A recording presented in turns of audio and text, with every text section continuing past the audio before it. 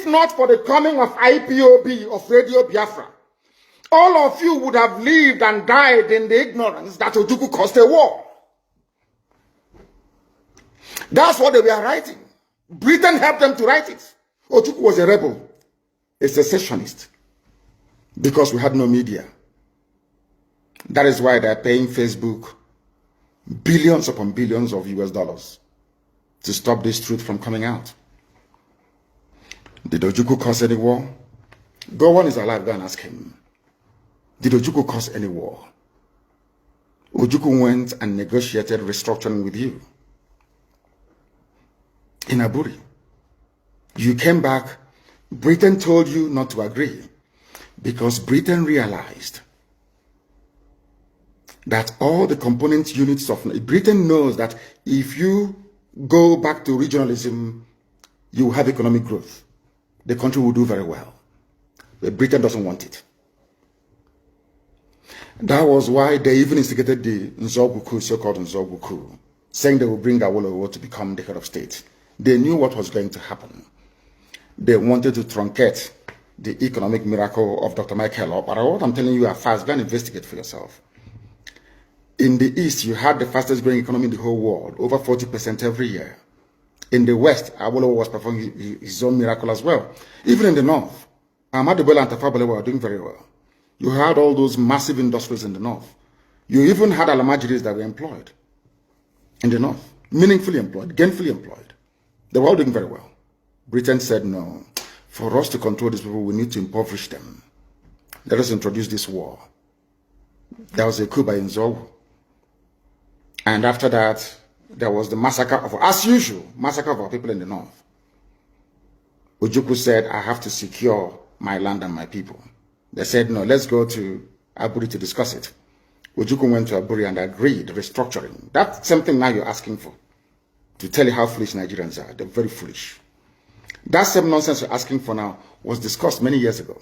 Ojukwu sat down in Aburi with Gowon and decided that regionalism was the best way forward. Restructuring, going back to who you were, 1963 Constitution, 1960-1963 Constitution. Be on your own and pay tax to the central government, as they have in America, as they have even in Britain. Britain, you have Scotland that is almost independent. Wales, the same thing. Everybody is free. But Britain doesn't want the same thing they're enjoying to happen in Nigeria. Why? Ask yourself that question. Anybody telling you about one Nigeria is your enemy. I'll prove it to you now. Ojukwu negotiated devolution, regionalism. The North will be on their own, the West on their own, even Midwest on their own, and then the East on their own. It's the same one Nigeria.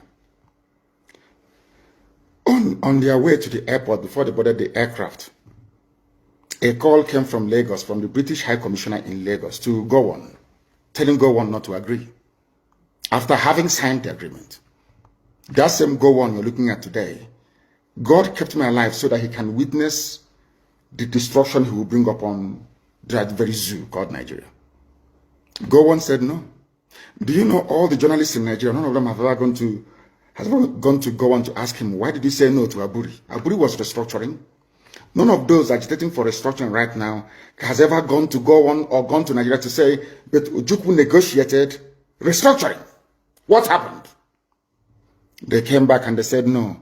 Ojukwu said, okay, so you want to continue to kill my people all over the place? No. Because of that, I'll declare Biafra. Today, they have brainwashed all of you with the perverse notion and thinking that somehow Ojukwu is responsible for causing a war, when opposite is the case. If not now, that after many years of hammering on this very topic, it has now sunk into the skull of the people that Gowon was the aggressor, not Ojukwu. That's how Nigeria is, always blaming the victim.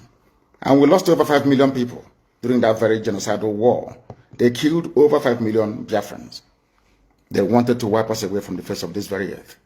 But we survived it, and we are here today. Those they gave birth to, they have come.